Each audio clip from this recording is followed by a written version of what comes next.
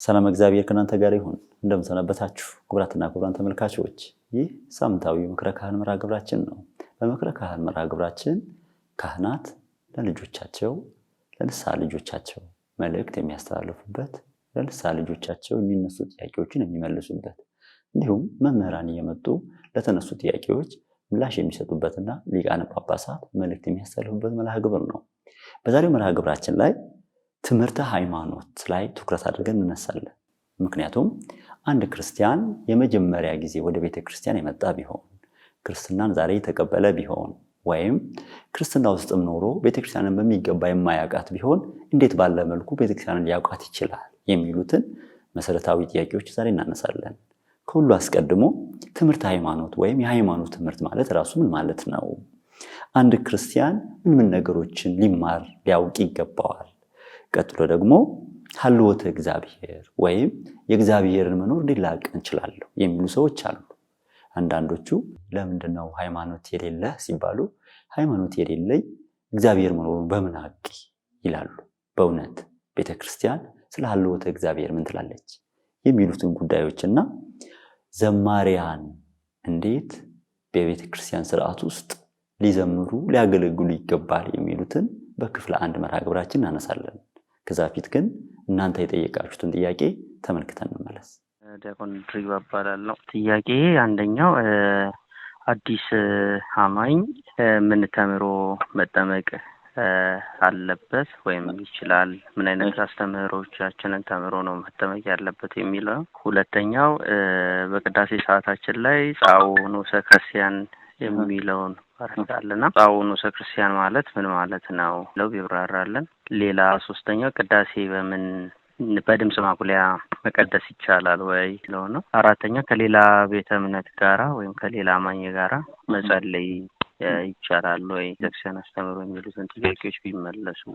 ሀብታሙ እባላለሁ ከአዲስ አበባ እና በጣም የምታስተላልፉት ፕሮግራም ደስ ስለሚለኝ ነው እና ሲቀጣይ 4 አበይት ጥያቄዎች አሉ። የመጀመሪያው ጥያቄ አንድ ሰው እድሜው ከፍ ሲል እድሜው ከፍ ብሎ ለመጠመቅ ቢመጣ ምን ተምሮ መጠመቅ አለበት የሚለው ቢመለስልኝ።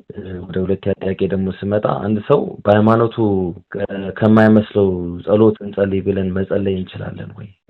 ወደ ሶስተኛ ጥያቄ ስመለስ ከሌሎች ሃይማኖቶች ጋር አብሮ መጸለይ ይቻላል ወይ? እና መጨረሻ ጥያቄ ደግሞ ሳክልበት ሰንበት ትምህርት ቤት ከቤተክርስቲያን ማዕረጋት ውስጥ ከመዘምራን ይመደባል ወይ የሚሉትን ጥያቄዎች እንዲመለስልኝ ነበር።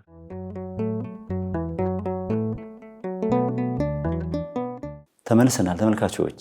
በእናንተ ጥያቄ መሰረት መምህር ተገቢ ምላሽ ይሰጣሉ። ከመምህር ጋር መልካም ጊዜ ይሆንላችሁ። ስሜ መጋቢ ሃይማኖት ቆሞስ ወይም መምህር አባ ኪነጥበብ ገብረ ኢየሱስ እባላለሁኝ። አሁን ያለሁት በሰዋስወ ብርሃን መንፈሳዊ ኮሌጅ ቅዱስ ጳውሎስ ማለት ነው።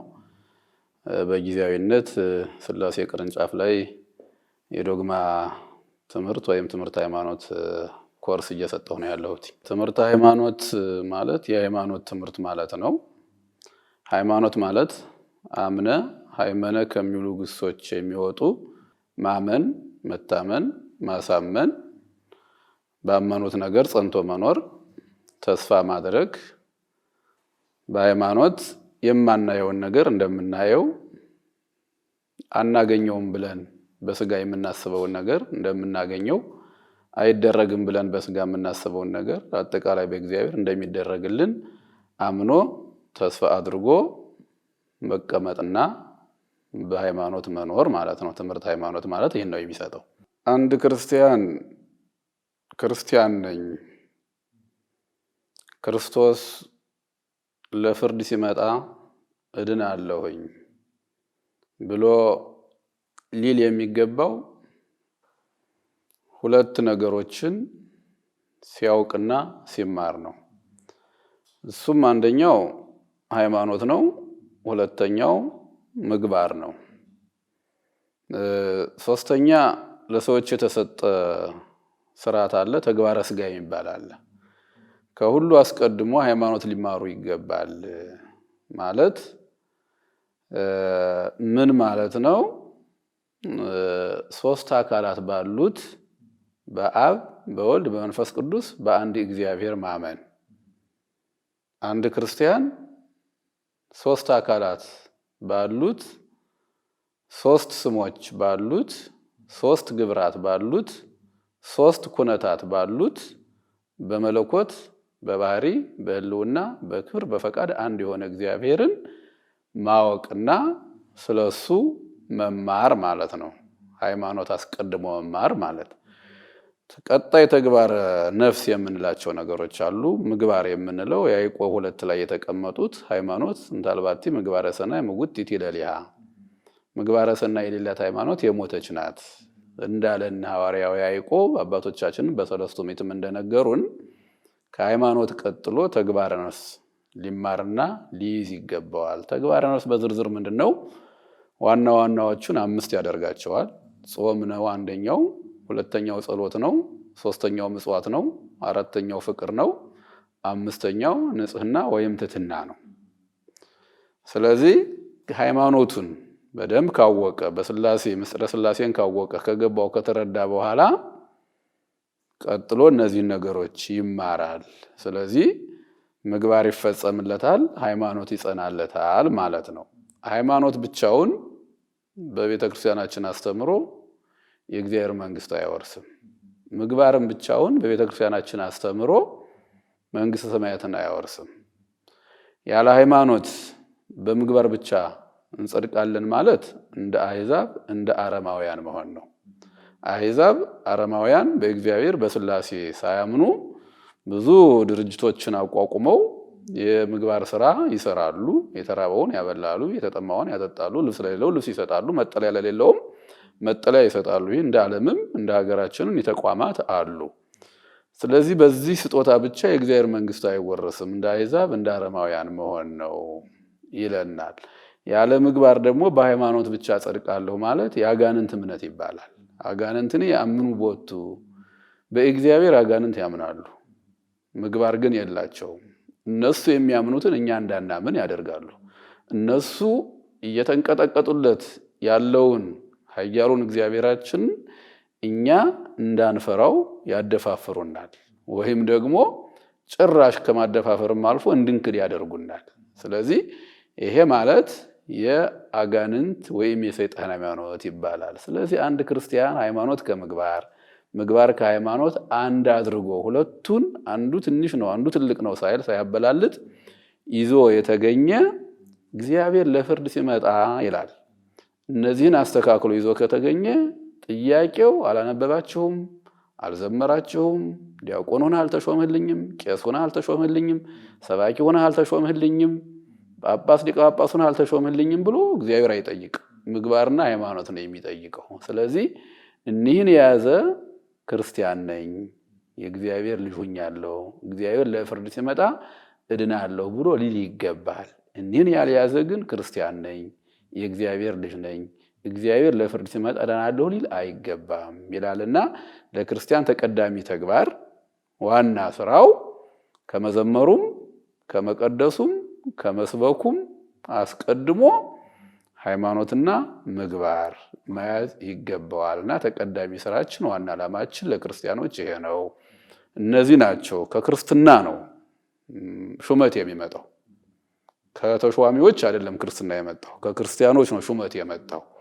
ክርስቶስ መረጣቸው፣ ክርስቲያን አደረጋቸው፣ የሐዋርያነት ማዕረግ ሰጣቸው፣ 9ኙን ማዕረግ ቤተክርስቲያን ሲያርግ ሾማቸው እንጂ ከተሾሙት አይደለም ክርስትና የመጣው።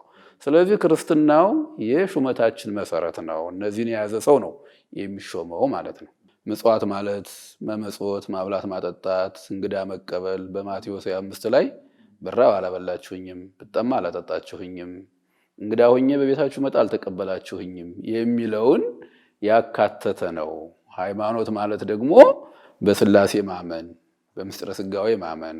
በምስጢረ ስላሴ ካመነ በኋላ ከሶስቱ አካል አንዱ አካል ያለምንም ከአብ ከመንፈስ ቅዱስ ያለመለየት ያለማነስ ወይም ያለመብለጥ ሰው መሆኑን፣ ክብረ ቅዱሳንን እናታችን ድንግል ማርያምን ጨምሮ ዘላለማዊ ድንግልናን፣ ጥምቀትን፣ ቁርባንና ትንሣኤ ሙታንን አካቶ ትምህርት ሃይማኖት ወይም የዶግማ ትምህርት ይባላል።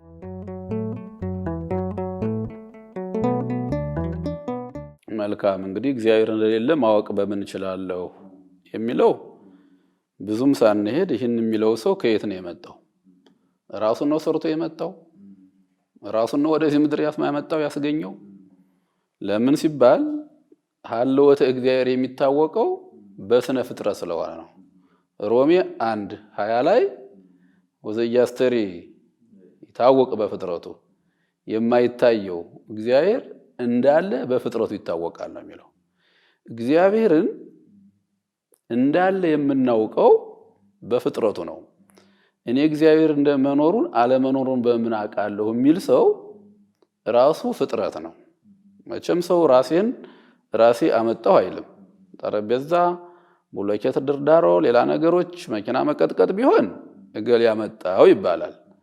ሰው ራሱ ከየት ነው የተገኘው? ይህን የሚለው ሰው ከየት ነው የተገኘው? ፍጥረት ነው። የሱ መኖር ራሱ የእግዚአብሔር መኖር ያስረዳል። ለምን ሮሜ 1:20 ላይ እንደተማርነው ግብረ ሐዋርያት 14:19 ላይ ዕብራውያን 11:3 ላይ እንደምናየው እግዚአብሔር መኖሩ የሚታወቀው በፍጥረቱ ነው ይልና ስነ ፍጥረት መምህር ነው ይላል። ስነ ፍጥረት መምህራችን ነው። የሰዎች መምህራን ከመምጣታቸው በፊት ሕገ ልቡና በሚባለው ሰዎች እግዚአብሔርን የሚያውቁት በፍጥረት ተመራምረው ነው። ስነ ፍጥረትን መምህር አድርገው ማለት ነው። አብርሃም ብንወስድ መጽሐፍ አልተጻፈም። ጣዖቱን ሲሰብር በፀሐይ ማምለክ ሞከረ፣ ስትሸነፍ አየ። በእሳት ማምለክ ሞከረ፣ ሲሸነፍ አየ። በውሃ ማምለክ ሞከረ፣ ሲሸነፍ አየ። በነፋስ ማምለክ ሞከረ፣ ሲሸነፍ አየ። ራሱን ወደ ስነ ፍጥረት ወሰደና እኒህ ሁሉ ያስገኘ የማይሸነፍ ነገር አለ ማለት ነው ብሎ አምላከ ፀሐይ ተናበበኒ፣ የፀሐይ አምላክ፣ የእሳቱ አምላክ፣ የነፋሱ የውሃው አምላክ እሱን ሁሉ የፈጠር እኔን የሚፈጠር ተገለጥልኝ አለ። እግዚአብሔር ተገለጠለት። ስለዚህ ሰው እግዚአብሔር መኖሩ እንዴት አውቃለሁ የሚል ከሆነ ራሱን ማን አመጣው ብለን እንጠይቀዋለን። ከራሱ ተነስተን ይህን ዓለም ማን አመጣው? መቼም ብዙ ነገሮች በእግዚአብሔር ላይ ተዘብቷል፣ በእግዚአብሔር ላይ ተቀልዷል፣ በእግዚአብሔር ላይ አፊዟል ዓለም አይደለ? እስካሁን ግን ዓለምን ፈጠርሁኝ ያለ ሰው አልተገኘም። መቼም ለምን ነው ይህ ድንበር ያልተነካው? የፈጠረ ስለሌለ ማለት ነው። ማንኛውም በእግዚአብሔር ላይ ሲቀልድ ዓለምን እኔ ፈጠርሁኝ ብሎ የመጣ የለም። አንዳንዴ እኔ ክርስቶስ ነኝ ተልኬ መጣሁ ከሰማይ ሊል ይችላል። ከዚህ ውጭ ግን ይህን ዓለም 22ቱን ስነ ፍጥረት እኔ ነኝ የፈጠርሁት ባለቤት ነኝ ብሎ እስካሁን የመጣና ይህን ድንበር የነካ ይህን ክልል ያለፈ የለም። ስለዚህ እግዚአብሔር መኖሩ የሚታወቀው የሚቀልዱ ሰዎች እንኳን ይህን ነገር አልደፈሩም። ስለዚህ በፍጥረቱ ይታወቃል። ይህን ፍጥረት ያመጣም ሌላ የለም። የማይታየው የእግዚአብሔር ባህሪ የማይመረመረው የእግዚአብሔር ባህሪ የሚታወቀው በፍጥረቱ ነውና ስነ ፍጥረት መምህር ነው። መጽሐፍ እንደሚነግረን ስነ ፍጥረትን መምህር አድርገን ነው እግዚአብሔርን የምናውቀው። ስለዚህ ያለውት እግዚአብሔር በምን ይታወቃል ሲባል ከጠያቂው ሰው ጀምሮ በስነ ፍጥረት ነው የምናውቀው። የእግዚአብሔር መኖር ማለት እንግዲህ በሶስት ይከፈላል። ሀሎ ወይም ሀሎት መኖር ነው። ሀሎ ኖረ ከሚል የመጣ ነው። ሀሎ ኖረ ሀሎት መኖር ስንል የእግዚአብሔር መኖር በሶስት ከፍል እናየዋለን። ዛሃሎ ይሄሉ ቅድመ ዓለም የነበረ ያለ፣ በማይከል ዓለም ያለ፣ አሁንም ይህን ዓለም አሳልፎ ደግሞ በሚመጣው ዘመን የሚኖር። ስለዚህ ቅድመ ዓለም የነበረ፣ በማይከል ዓለም ያለ፣ ይህን ዓለም አሳልፎ የሚኖር ማለት ነው ሀሎት ማለትና እግዚአብሔር መኖር ማለት ነው። መኖሩ የሚገለጠው ቅድም ባሉት ልክ ነው።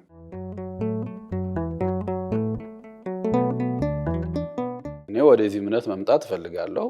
ሃይማኖቱ ገብቶኛል፣ እየተረዳሁት ነው፣ ወስኛለሁኝ። ግን ደግሞ የእግዚአብሔር ተራዳኢነት እንዲጨመርልኝ ጸልዩልኝ ብሎ አንድን አባት በማህበርም እንዲጸለይለት በግልም እንዲጸለይለት ከጠየቀ ሊጸለይለት ይገባል። ከዚያ ውጭ ግን እዚያው ሃይማኖቱ ላይ ሆኖ ምን ብሎ ይጸልይለታል? አይደለም እንደዚህ ቀርቶ በጋራም እንድንጸልይ አይፈቀድም። በሃይማኖት የማይመሳሰሉ ሰዎች በጋራ እንዲጸልዩም አይፈቀድም። ስለዚህ ለዚህ ሰው መጸለይ ማለት ምን ተብሎ ሊጸለይለት ነው? እንደ ቤተ ክርስቲያን ከዚህ ሃይማኖት ውጭ የሆኑት ወደ ሃይማኖት እንዲመጡ፣ በኃጢአት ያሉ ሰዎች ከኃጢአት እንዲነጹ፣ በተለያዩ የዓለም ግብር ያሉ ሰዎች ከዚህ ሁሉ እንዲነጹ ስለ ንዑሰ ክርስቲያን እንማልዳለን፣ ስለ ነገስታቱ እንማልዳለን፣ ስለ ነጋዴዎች እንማልዳለን፣ ስለ ምድሩ ፍሬ እንማልዳለን፣ ስለ ዝናሙ፣ ስለ ጎርፉ፣ ስለ ባህሩ እንጸልያለን በሚለው አስተምህሮ መሰረት ቤተክርስቲያኗ ለዓለም እንደምትጸልይ ከአምላካዊ መር ተሰጥቷታል። ዓለምን ወደዚህ ወንጌል እንድታመጣ አደራ የተሰጠች ይቺ ቤተክርስቲያን ናት። በዚህ ልክ ቤተክርስቲያን ማንም ሳይጠይቃት ለዓለም ትጸልያለች። ህጓ ነው፣ መስፈርቷ ነው። የሚጠይቅ ሰው ግን ለምሳሌ ሌላ እምነት ተከታይ ይቅርና የኛ ሃይማኖት ተከታይ ሆኖ በግብረ ዓለም በአሕዛብነት ዝም ብሎ ሃይማኖቱን ብቻ ይዞ በስርቆቱም በዝሙቱም በማጭበርበሩም በሁሉም ነገር እያለ ጸልዩልኝ ቢል ቢጸለይለት እንኳን ጸሎቱ እሱን አይጠቅመውም። ለምን? እሱ እዚያው ላይ ነው ያለው። ወጸሎቴኒ ገባ ውስተ ጽኔ ብሏል ዳዊት። እንዲህ አይነት ጸሎት አይጠቅም ሰውየውን የሚጠቅመው ኃጢአት የሆኑ ነገሮችን ለመተው ወስኖ ትቶ የለመደው ግብር እንዳይስበው የለመደው ሰይጣን መልሶ ወደዚያ እንዳይወስደው ከወሰነ ለመተው ከወሰነ በኋላ ወስኖ እኔ ወስኛለሁ ከዚህም በኋላ ወደ ኃጢአት አልሄድም፣ ግን ሰይጣን ደግሞ በለመደው እንዳያሸንፈኝ የለመዱት የዓለም ግብር እንዳይስበኝ ትቻለሁ ወስኛለሁ ጸልዩልኝ ብሎ ሲጸልይ ትቷልና ጸሎቱ ያግዘዋል። እዚያው ሁሉንም ነገር እያደረገ ግን ጸልዩልኝ ቢል ይህ ጸሎት ሰውየው አይጠቅመውም፣ ለሰውየው አይጠቅምም። ለጸላዩ ግን ወጸሎቴኒ ገባ ውስተ ጽኔ እንዳለ ዳዊት ወደ ራሱ ይመለስና የሚጸልየውን ሰው ይጠቅመዋል እንጂ እዚያ ያለውን ሰው አይጠቅመውም። ስለዚህ በዚህ ልክ ነው ጸሎት የሚጸለየው።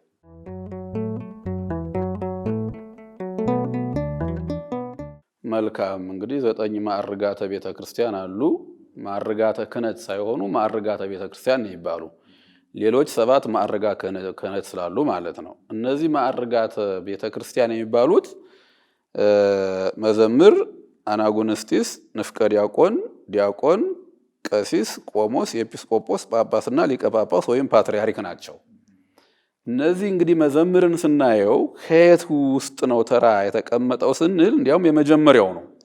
ወይም ከአናጉንስጢስ ቀጥሎ ወይም ከአናጉንስጢስ በፊት የሚሆን ነው። ከንፍቀ ዲያቆን ዝቅ ብሎ ያለ ነው።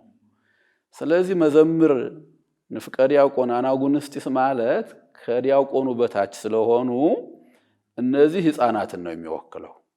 እኛ የቆሎ ትምህርት ቤት የአብነት ተማሪ የቆሎ ተማሪ በምንላቸው እዚያ ቤተክርስቲያኑን ትምህርት እየተከታተሉ ለቤተክርስቲያኑ አገልግሎት የሚሰጡ የሚላላኩ እድሜያቸውም ሕፃን የሆኑ እዚያ ውስጥ የተካተቱ ናቸው እንጂ ሰንበት ትምህርት ቤቱን መዘምር ከሚለው ከ9 ማዕርጋት ቤተክርስቲያን አያካትትም። ለምን ቢባል ሰንበት ትምህርት ቤቱ አንደኛ የአብነት ተማሪዎች ሕፃናት ከሆኑ በግላቸው ከመዘምር ውስጥ ይቆጠራሉ፣ ከአናጉንስጢስ ውስጥ ይቆጠራሉ፣ ከአጻዊ ሕይወት ሊቆጠሩ ይችላሉ፣ ከንፍቀ ዲያቆን ውስጥ ሊመደቡ ይችላሉ። እድሜያቸውና የቤተክርስቲያን ትምህርት የማይከታተሉ ከሆነ ምክንያቱም በሰንበት ትምህርት ቤት ዲቁና መሾም የማይችሉ ግን የሚያገለግሉ አሉ። እነዚህ የጠራናቸው ግን ዲቁና መሾም የሚችሉ ናቸው። በተለያየ መንገድ ወይ በሞትም ይሁን ወይ እግዚአብሔር አልፈቀድ ብሎ ወይ በራሳቸውም ነዘላልነት ሊቋረጥ ይችላል እንጂ ዲቁና ሊሾሙ የሚችሉ ስለሆኑ እዚያ ጋር ሰንበት ትምህርት ያለው ደግሞ ከእድሜም አንፃር ከዓለማዊነትም አንፃር ሴቶችም ስላሉ ወደ ዲቁና ላይ መጡ ስለሚችሉ እዚያ አያካትትም። ለምን ቢባል መዘምር የሚባለው ነገር ከንፍቀ ዲያቆን በታችና ከዲያቆን በታች ስለሆነ በሰንበት ትምህርት ቤት ውስጥ ደግሞ እነዚህን ማዕርጋት አልፈው የሚያገለግሉም አሉ። ለምሳሌ ካህናት አሉ፣ ዲያቆናት አሉ። ስለዚህ ሰንበት ትምህርት ቤቱን ከመዘምር ካካተት ነው አልፈውት የሄዱትንም ካህናትን ዲያቆናትን መልሰ እዚህ ልናካተታቸው ነው። ስለዚህ ይሄ መዘምር የሚለው የሰንበት ትምህርት ቤቱን አንድነት ወይም ሰንበት ትምህርት ውስጥ የሚያገለግሉትን በመዋቅር የሚያካትት ሳይሆን በዚህ በቤተክርስቲያኑ አስተምሮ ሕፃናቱ ነው እያደጉ ያሉትን እና የሚላላኩትን ነገ ዲያቆን፣ ንፍቀ ዲያቆን፣ ቄስ፣ ቆሞስ፣ ኤጲስቆጶስ እንደ እግዚአብሔር ጥሪ የሚሆኑትን ነው። ማንኛውም እስከ ቅስና ድረስ ሊሄድ ይችላል። ከዚያም በኋላ ምንኩስናን ስለሚጠይቅ ግን እስከ ቅስና ያለው ነገር ሊሄዱ ስለሚችሉ ከመዘምሩ ሰንበት ትምህርት ቤቱ አይካተትም ማለት ነው። የመድረክ አገልግሎት ሲባል እንግዲህ ምናልባት ይህንን ሲሰሙ ልጆቹ ካልተቀየሙ የመድረክ አገልግሎት ራሱ ስርዓት አለው። መድረክ ላይ የምንጠቀምባቸው ንዋየ ቅድሳት አብዛኞቹ በቅባ ሜሮን የከበሩ ናቸው። በቅባ ሜሮን የከበረውን ደግሞ ምእመን አይንካ ይላል። ቅባ ሜሮን ያከበረውን ነገር ጳጳሱ ወይም ኤጲስቆጶሱ ወይም ፓትርያርኩ በቅባ ሜሮን ያከበሩትን ነገር ምእመናን መንካት የለባቸውም። ስለዚህ ይሄ መድረክ ዝማሬ ማይክ ይዞ መዘመር ከየት እንደመጣ ባይታወቅም ሰንበት ትምህርት ቤቱ በማዕርግ የተካተቱበት አይደለም። አንዳንዴ እዚህ ጋር ይመጣና ማርያም የሙሴ እህት ዘምራለች ይላሉ። የሙሴ እህት ማርያም የዘመረችው አንደኛ ማርጋተ ቤተክርስቲያን ባልነበሩበት ክህነትም በዚህ በአንብሮተ እድ በማይሾምበት በዘርዓ ሐረግ በሚወርድበት ነው። እሷም ደግሞ ከዘማሪያንም ተቆጥራ ሳይሆን ድንገት ኤርትራን ተሻግረው ደስ ስላላቸው እግዚአብሔርን ንሴብሖ እያሉ በጋራ ሲያመሰግኑ እሷም ከበሮ መታለች። ከዚያ ውጭ ግን በቤተ መቅደስ ስትዘምር ከበሮ ስትመታ አልታየችም። እና ድንገት የሚደረጉ ነገሮች ለእግዚአብሔር የሚቀርቡ የአንደበት መስዋዕት ፍሬ ከናፍሬ ነው የምንለው ሕግ ሆኖ ይቀመጥ ማለት አይደለም። ለምሳሌ ያዕቆብ በሕፃንነቱ ቤተ መቅደስ ገብቷል ዲቁና ሳይቀበል በእግዚአብሔር ተመስጦ ነው የገባው። አሁንም ሕፃናት ከእናታቸው አምልጠው ቤተ መቅደስ የሚገቡብን አሉ። ስለዚህ ሕፃኑ ቤተ መቅደስ ገብቷልና ነገ ሕግ ሆኖ ሕፃናት ቤተ መቅደስ ይግቡ ልንል ነው። ስለዚህ ሕግና ስራ ስላለ ቤተ ክርስቲያን የመድረኩ አገልግሎት ቢያንስ ዲቁና ያላቸው ዲቁና የተቀበሉ መሆን አለባቸው። ሌላውን ግን ታቦት ሲወጣ እንደ ሕዝቡ መዘመር፣ እልል ማለት፣ ማጨብጨብ በዛ ባለው አገልግሎት መሳተፍ ይችላሉ። የመድረኩ ግን ለመንፈሳዊ ሹመት የተሰጣቸው ቢሆን የተሻለ ይሆናል እላለሁ።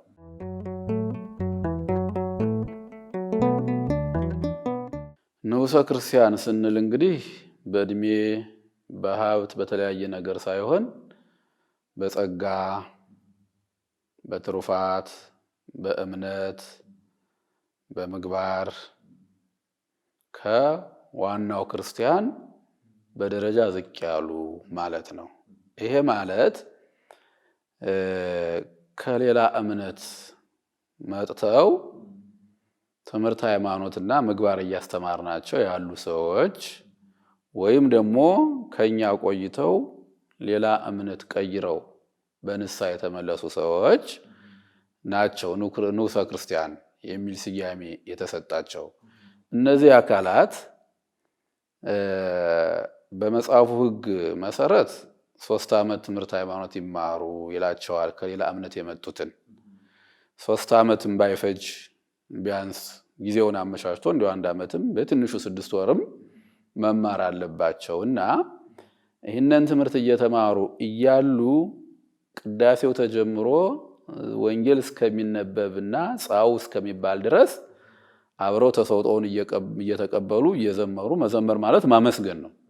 አሁን ቅድም ያነሳ ነው አንደኛ ክፍል ላይ መዘመር ማለት ማመስገን ነው። ንዑሰ ክርስቲያን ይዘምሩ ሲል ቅዳሴው ተቋርጦ ይዘምሩ ሳይሆን ያመስግኑ ማለት ነው። በተሰጦው እያመሰገኑ በህሊናቸው እያመሰገኑ እስከ ንዑሰ ክርስቲያን ቃለ እግዚአብሔር ድረስ ይቆያሉ።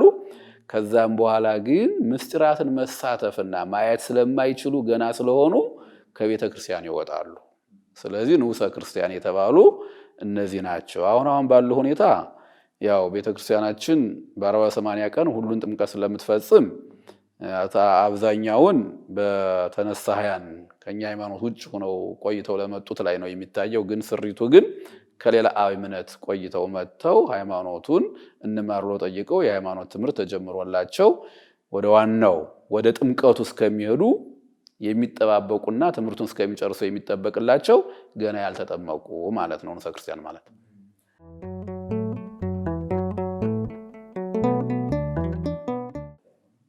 የሚለው ቃሉ ድምጹን እንዳይሰሙት አይደለም፣ ምስጢራትን እንዳይሳተፉ እንዳያዩ ነው። ምስጢረ ቁርባን የምንለው ምስጢር የምንለው የተደበቀ ለቅርብ ሰው የሚነገር ለሚታመን ሰው የሚነገር ገደብ ያለው ማለት አይደለ። ስለዚህ ይህን ምስጢረ ቁርባንን ብንወስድ ላመኑ ለተጠመቁ ነው የሚፈጸመው። ድምጽ እንዳይሰሙ ሳይሆን የሚለው ምስጢራት እንዳይሳተፉ እና ምስጢራትን በአይናቸው እንዳያዩ ይወጣሉ ነው የሚለው እንጂ ድምጽ እንዳይሰሙ የሚል ነገር የለም። ምክንያቱም ድምጹን በማይክም ባይሰሙት አሁን ባለው ቴክኖሎጂ ቤታቸው በሞባይልም ሊሰሙት ስለሚችሉ ከድምጽ ጋር የተገናኘ ሳይሆን ምስጢራትን ከመሳተፍ ማለት ከመቁረብ ማለት ነው እና ምስጢራትን ከማየት እንዲከለከሉ የሚል ነገር ነው አስተምሮ። በዛሬው መርሃ ግብራችን ብዙ በጎ ነገር እንደተማራችሁ ተስፋ እናደርጋለን። በሚቀጥለው ሳምንት ደግሞ ቀጣዩን ክፍል ይዘን እንመጣለን። እስከ ሳምንት ሰላም እግዚአብሔር ከሁላችን ጋር ይሁን። ቸርን ሰንብት።